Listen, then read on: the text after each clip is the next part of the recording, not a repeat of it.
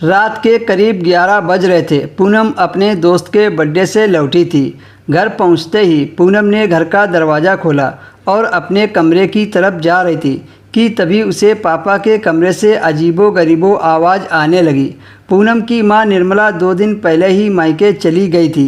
मां की गैर हाजिरी में पिता के कमरे से किसी पराये औरत की आवाज़ सुनकर वह हैरान हो गई।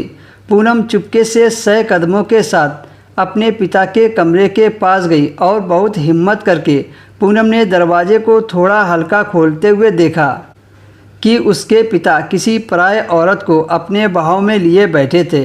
ये देखकर पूनम की आंखें फटी की फटी रह गई। पूनम उल्टे कदम अपने कमरे में गई। पसीने से लथपथ पूनम ने अपने कमरे का दरवाज़ा अंदर से बंद किया और 2-3 गिलास पानी पी गई। पूनम गहरी सोच में डूब गई। उसने फैसला किया कि कल जैसे ही उसकी माँ निर्मला आएगी तो वह अपनी माँ को सारी बातें बता देगी। दरअसल निर्मला पूनम की सौतेली माँ नहीं थी, वह पूनम की सगी माँ थी, बल्कि बाप उसका सौतेला था। पूनम का पिता 2 साल पहले ही खत्म हो गया था, जिससे पूनम की माँ सदमे में चली गई थी। अपनी माँ का दुख पूनम से बर्दाश्त नहीं हुआ तो पूनम की माँ ने फैसला किया कि अभी तो उसकी माँ की पूरी ज़िंदगी पड़ी है और पूनम नहीं चाहती थी कि उसकी माँ निर्मला को अपनी ज़िंदगी अकेलेपन में गुजारनी पड़े। इसलिए पूनम ने अपनी माँ निर्मला की शादी उसके दोस्त से करा दी।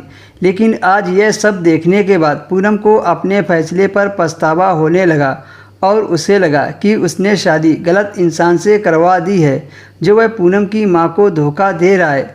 पूनम रात भर कमरे में इधर से उधर चलकर सुबह होने का इंतज़ार कर रही थी, लेकिन तभी पूनम को नींद आने लगी और वह बेड पर लेटकर सो गई। सुबह उठते ही वह सोच में पड़ गई, क्योंकि वह अपने सौतेले पिता का चेहरा भी नहीं देखना चाह रही थी। कमरे में बैठे बैठे 10 बज गए थे। फिर अचानक ही पूनम की माँ का फ़ोन आया कि वह आज नहीं आ रही है, क्योंकि उसकी ट्रेन छूट गई है। यह सुनकर पूनम ने सोचा कि वह दिन भर सौतेले पिता के साथ नहीं रह सकती है। अभी वह यह सब सोच ही रही थी कि तभी अचानक से दरवाज़ा खटखटाने की आवाज़ आई।